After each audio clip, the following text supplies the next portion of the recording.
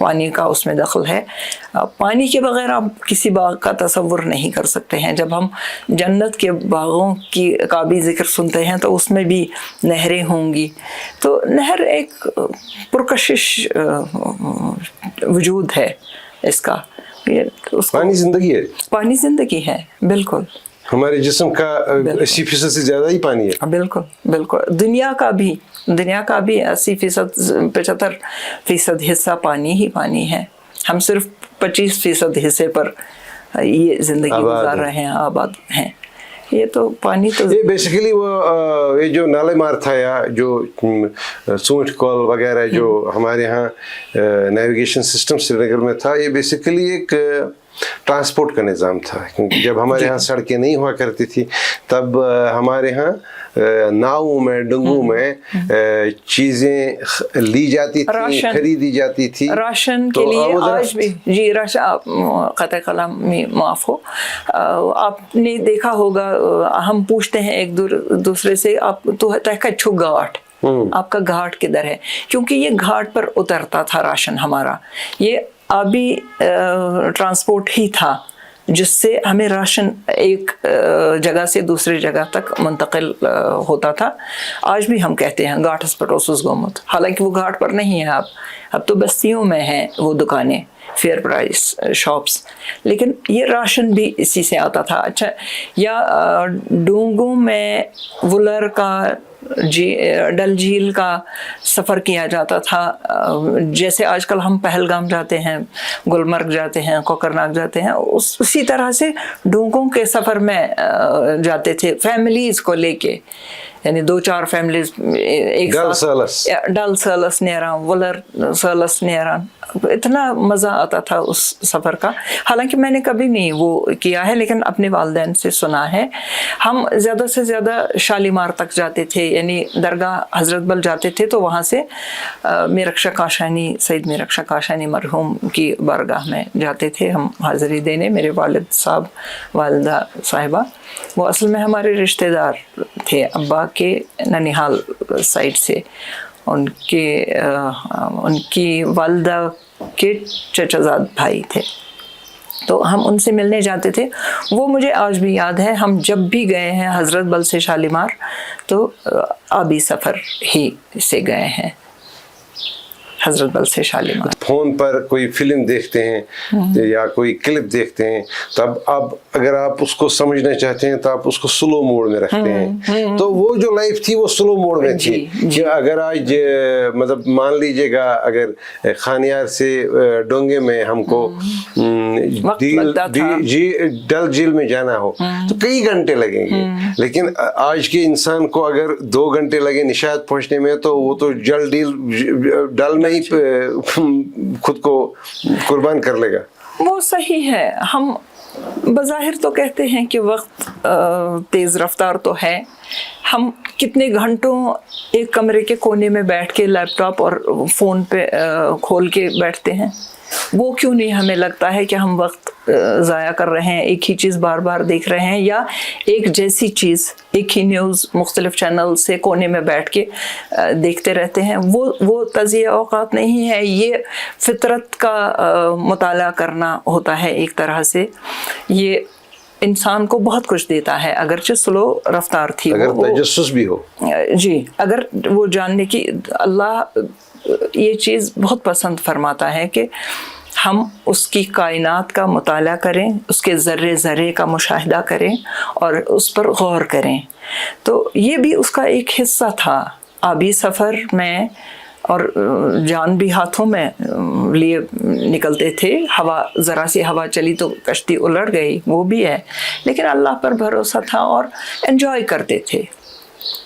آج بھی کون سا کارنامہ ہم انجام دیتے ہیں بھاگ دوڑ کے, وہی کھاتے ہیں, وہی چاول کے وہی کئی دانے, کون سا ناٹی فل کھا کے پیوں تا, اور کیا, اس میں کوئی فرق نہیں آئی. کتنا کھا سکتا ہے, بالکل 100 نعمتیں آپ کے سامنے رکھی جائیں, کتنا کھا سکتے ہیں, اتنا ہی جتنا آپ کی کیپیسٹی ہے نا. زیادہ کھائیں گے تو الٹی کر کے واپس لانا پڑے گا اس کو. یہ اصل میں میرے خیال میں یہ جو ہم وقت کی کمی کا ذکر کرتے ہیں, کسی نے کہا ہے کہ مصروفیت بہت ہے مگر کام کچھ نہیں. اس کاروبار زیست کا انجام کچھ نہیں. اس کاروبار زیست کا انجام کچھ نہیں. مصروفیت بہت ہے مگر کام کچھ نہیں. آج کل یہی ہمارا حال ہوا ہے. کوئی ٹھوس کام کریں تو کوئی بات ہے, ہم ٹھوس کام نہ کریں. یعنی ریٹائرڈ لوگ بھی کہتے ہیں اتنی فرصت کہاں ہے, میرے پاس اتنا وقت نہیں ہے, کیونکہ فون اور سوشل لائف سے کٹ کے رہ گئے ہم. اس وجہ سے اب فون پہ ہی زیادہ سے زیادہ مطلب مبارکبادیاں, تعزیت, سب کچھ گھر بیٹھے ہی کرتے ہیں. یا ادبی انجمنوں کا جو کام ہوتا تھا عوام کے سامنے آ کے پیش کرنا, اب آن لائن سب گھر بیٹھے, چاہے رات ہے دن ہے. مطلب یہاں ہمارا دن ہوتا ہے, امریکہ میں رات. کوئی پروگرام رکھا گیا تو وہ بیچارے رات کو جاگتے رہتے ہیں, یا اگر وہ دن میں کریں گے ہم رات کو جاگ کے اس میں شرکت کرتے ہیں. یہ ایک بہانہ ہے کہ وقت نہیں ہے ہمارے پاس. جن کاموں کے لیے ہمیں وقت چاہیے ان کے لیے ہے, ہم نکال لیتے ہیں وقت. کبھی ہم بھائی بہن سے بھی کہتے ہیں کہ وقت نہیں ہے ورنہ میں آپ کے پاس آیا ہوتا, جبکہ ہم گھنٹوں ضائع کرتے ہیں گھر بیٹھ کے. جو لائف کا مزہ ہے رشتہ داروں سے ملنے میں یا دوستوں سے مل بیٹھ کے آدان پردان کرنے میں, جو تبادلہ خیالات ہم کرتے ہیں, وہ اصل زندگی ہے میرے خیال میں. اچھا مجھے یہ بتا دیجیے گا, جب سے آپ نے ہوش سنبھالا اور آپ کی ہارڈ ڈرائیو کام کرنے لگی, جس میں یاداشت سب سے بڑا ایسٹ ہے, سب سے بڑی مصیبت ہے اور سب سے بڑی لائبلٹی ہے, لیکن انجوائے بھی کرتا ہے, انجوائے بھی کرتے ہیں. ہاں, یادیں میں نے دیکھا خزانہ. پھر ایسا ہوا.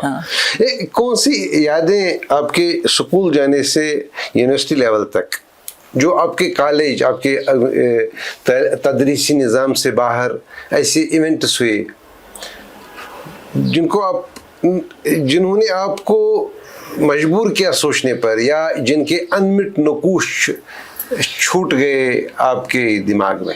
وہ زمانہ تھا اگر بچہ اسکول میں کوئی اچھی پرفارمنس دیتا تھا تو ایک پینسل بھی اس کو دیتے تھے, پینسل اور ایک note book.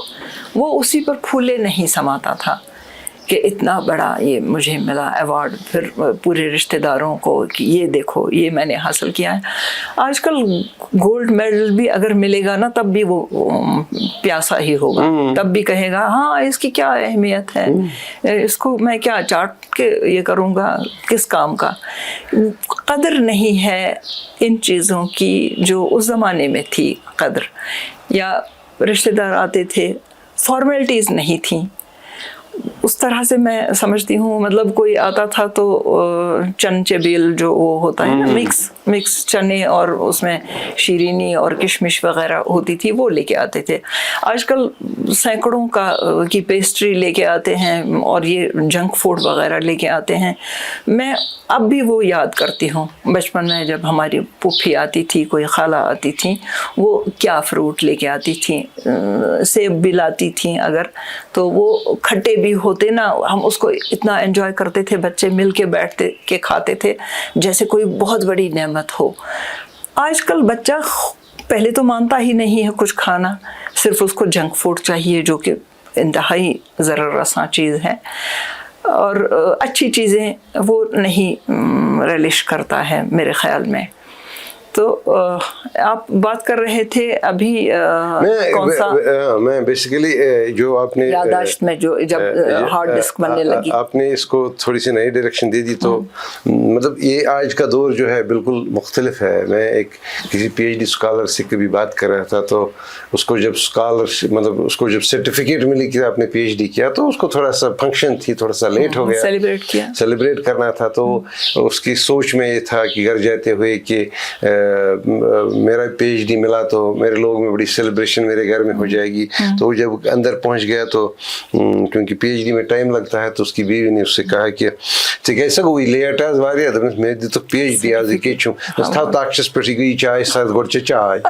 So we don't value the contributions are the مطلب اچیومنٹس. تو آج سب کچھ مطلب یہ چیزیں خلق ملت ایسی ہو گئی ہیں, بے قدری ہو گئی. لیکن میرا سوال یہ تھا کہ وہ کون سے واقعات تھے بچے اس دور میں آپ کے سکول سے لے کر آپ کی یونیورسٹی تک، اس کی یونیورسٹی تک، جو سکول سے باہر ہوئے پولیٹیکل ایونٹس، کیونکہ آپ جس دور میں پیدا ہوئے، آپ 55 میں پیدا ہوئی، تو وہ ایک مخصوص دور تھا، آپ کو یاد نہیں ہوگا بخشی صاحب کی کہانی، لیکن جب آپ تھوڑا بالغ ہو گئے تو آپ نے دیکھا ہوگا کہ کیا ہو رہا تھا.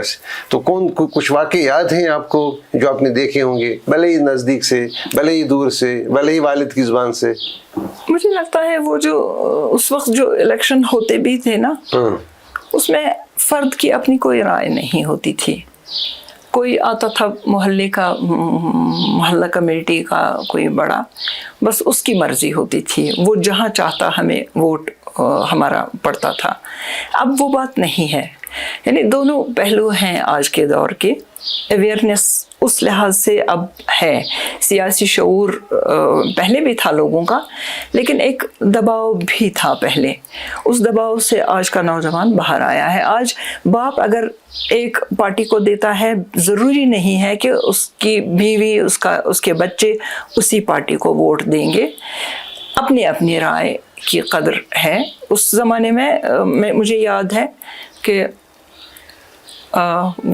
زنڈب میں جو آگبائی ہوتی تھی، مریم صاحبہ اللہ مغفرت فرمائے، ان کے ہسبینڈ تھے، تو وہ مہم چلاتے تھے. جب بھی کہیں الیکشن ہوتا تھا تو وہ بھی گھر میں آتے تھے، جس کو ووٹ دینا ہوتا تھا اس کی مرضی سے دیتے تھے. تو اس لحاظ سے مطلب وہ اچھی چیز ہے کہ چھوٹ گئی. کسی اور کے کہنے پر ہم اب نہیں چلتے ہیں، یا یہ اویئرنیس نہیں تھی خواتین میں کہ ان کا حصہ ہے باپ کی وراثت میں سے. کوئی بہن نہیں تھی جو مانگتی تھی، اور کوئی بھائی دیتا بھی نہیں تھا. دیتے آج بھی نہیں ہیں بھائی، مشکل سے ہی کسی طرح سے مہر دیتے ہیں. بڑی بات ہے. وہ بھی جو لوگ بڑا دعویٰ کرتے ہیں نا کہ عورت کو چھونا حرام ہے تب تک جب تک اس کا مہر ادا نہ کیا جائے، وہ تک نہیں دیتے ہیں. یہ میں نے دیکھا ہے خود. یہ دعوے ہیں، یہ تضاد ہے ہمارے کردار کا آج. جو ہم بولتے ہیں وہ عملی طور پر نہیں دکھائی دیتا ہے. تو اس طرح سے آج قانونی طور پر عورت اگر اپنی مرضی سے بھائی نہیں دیتا ہے، قانونی طور پر وہ مانگ سکتی ہے اپنا حصہ. یہ اویئرنیس پہلے نہیں تھی. میں نے خود ووٹ ڈالا ہی نہیں ہے. اسی سے لگتا ہے کہ اندازہ آپ لگائیے سیاسی شعور ہمارا کتنا بیدار تھا. میں نے اس بار یہ الیکشن جو ہوئے، اس میں پہلی بار میں نے ووٹ ڈالا ہے تقریباً 70 سال کی عمر میں. آج تک میں نے ووٹ نہیں ڈالا ہے. اسی طرح سے مطلب وہ اویئرنیس ہی نہیں تھی، کوئی اہمیت کا اندازہ ہی نہیں تھا اس چیز کا. اسی طرح سے سوشلی بھی مطلب ٹھیک ہے، ہم بزرگوں کا احترام تو کرتے تھے، لیکن اس طرح سے اپنی رائے سامنے نہیں رکھ سکتے تھے اپنے بزرگوں کے سامنے بھی. مطلب بائی پراکسی ہم وہی کام چاہے کرتے جو اپنی مرضی ہو، سامنے آ کے نہیں کہتے تھے. کبھی بھی میرا بھی اپنے والد کے ساتھ کوئی مقابلہ نہیں ہوا ہے. جو انہوں نے کہا میں مطلب سر تسلیم خم رکھا. جرت ہی نہیں تھی بات کرنے کی، وہ زمانہ تھا. آج کل ایک حد تک یہ بھی اچھا ہے کہ بچے کی اپنی مرضی جو ہے، کچھ تو اس میں والدین کا بھی ہاتھ ہے کہ وہ بھی جانتے ہیں کہ اس کا حق ہے اپنی رائے رکھنے کا، یا گھر کے معاملات میں جو بھی مسائل ہوں بچے کی بھی رائے پوچھی جانی چاہیے، اور خواتین کی بھی پوچھی جانی چاہیے، جو کہ نارملی نہیں ہوتا ہے. ایک عورت کمانے والی جو ہے، آخری عمر تک اس کے نام کا کچھ نہیں ہوتا ہے. حالانکہ اب کچھ سالوں سے جب سے چھوٹ مل گئی ہے، کم ٹیکسز دینے ہیں خواتین کے نام پہ پراپرٹی رکھنے میں، تب سے کچھ تھوڑا سا فائدہ ہوا ہے خواتین کو. ورنہ عمر بھر کماتی رہی اور آخر کے حصے میں بھی اس کا خاوند کہتا ہے یہ میرا مکان ہے، میرا گھر ہے. اس کا جیسے اس نے کچھ کیا ہی نہیں. اگر وہ کمانے والی نہیں بھی ہے، گھر میں جو مینٹیننس ہوتی ہے گھر کی، وہ عورت نہ ہو تو آپ اندازہ لگا سکتے ہیں اس گھر کی حالت کیا ہوگی. لیکن اگنور کیا جاتا ہے عورت کا جو بھی کنٹریبیوشن ہے.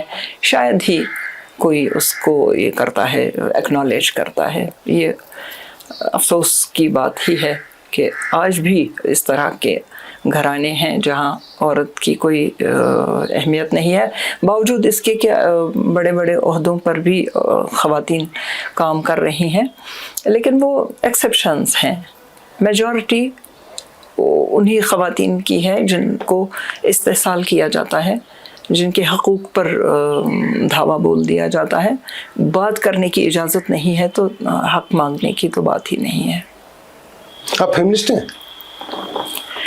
فیمنسٹ ان معنوں میں نہیں ہوں کہ مطلب اس کو اتنی آزادی دی جائے کہ جو مرضی ہے وہ کرے، وہ نہیں. ہاں، جتنا اس کا حق بنتا ہے اس کو ڈیو ریسپیکٹ دیا جائے. یہ نہیں کہ چلیے برابر بھی نہ مانے آپ، لیکن جتنی اس کا کنٹریبیوشن ہے، جتنا اس کی صلاحیت ہے، بیوی کی صلاحیت کو دیکھ کے آپ اپریشیٹ تو کریں. یہ نہ ہو کہ تب بھی آپ کہیں کہ مرد ہے. مرد ہے، اس میں کوئی شک نہیں ہے. خاتون ہے، خاتون ہے، اس کی بھی. ہاں بالکل، اس کا بھی کوئی یہ ہے، بلکہ وہ جو کام کر سکتی ہے وہ مرد نہیں کر سکتا ہے نا. وہ ایکنالج کیا جائے، اتنا ہی اس کے لیے کافی ہے. یہ نہیں ہے کہ انڈیو اس کو ملے. جو مرد کو زیب دیتا ہے وہ مرد کرے، جو عورت کو زیب دیتا ہے. مرد عورت نہیں دکھنا چاہیے، عورت مرد نہیں دکھنی چاہیے، لیکن ان کا اپنا وجود جو ہے وہ دونوں ایک دوسرے کو تسلیم کریں ایک دوسرے کو. فیمنزم اس حد تک ہے میرا. شاعری میں بھی ہاں دباؤ میں کسی بھی عورت پہ ہوتے ہوئے نہیں دیکھ سکتی، یہ تو ہے. میں اس کی طرف سے بول لیتی ہوں کہ یہ زیادتی ہے، اس کے ساتھ یہ نہ کیا جائے. اور ویسے ہی اگر زیادتی مرد کے ساتھ کی جائے، میں اس کے ساتھ بھی ہوں. زیادتی نہ ہو، چاہے وہ مرد کرے چاہے عورت کرے، میں اس کے حق میں نہیں ہوں، حق کے ساتھ ہوں. میں اس معاملے میں بڑی، آپ بدنام کہہ سکتے ہیں، میں مشہور کہہ سکتی ہوں کہ میں کسی کے ساتھ ظلم ہوتے ہوئے نہیں دیکھ سکتی. یہ جو دور تھا آپ کے اسکول اور کالج کا، وہ کہتے ہیں کہ اس کا میکسیمم دور مطلق العنانی کا دور تھا. آپ نے دیکھا کچھ ہے آپ کے ذہن میں کہ وہ دور کیسا تھا؟ مطلق العنانیت کا تو ہماری رگوں پہ میں سرایت کر گیا ہے نا. یہ ماحول نہیں بھی ہوگی، ہم ویسے ہی چلیں گے، سر جھکا کے ہم چلیں گے، جو نہیں ہونا چاہیے. ایک طرح سے کہہ سکتے ہیں کہ مطلب جو من میں آتا تھا حاکم کے وہ کرتے تھے. ہم نے بہت جھیلا ہے نا، اس دکھ کو جھیلا ہے بہت برسوں، بلکہ صدیوں سے ہم جھیل رہے ہیں. اس کو وقت لگے گا اس سے باہر آنے میں. بالکل، میں تو جب سے پیدا ہوئی ہوں یہی دیکھا ہے،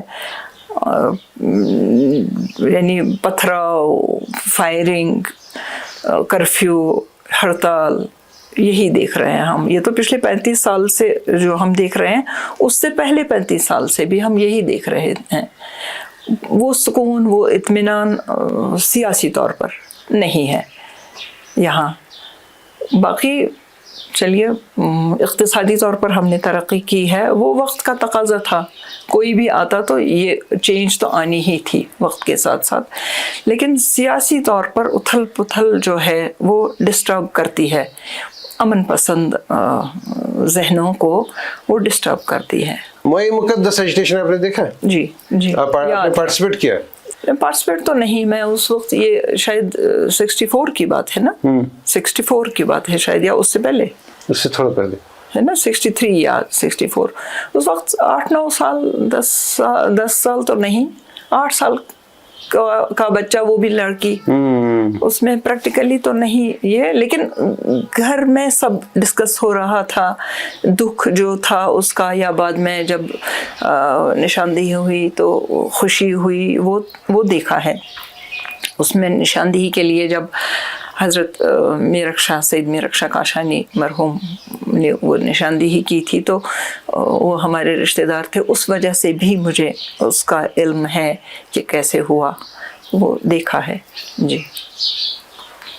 آپ نے کبھی بخش صاحب کو دیکھا؟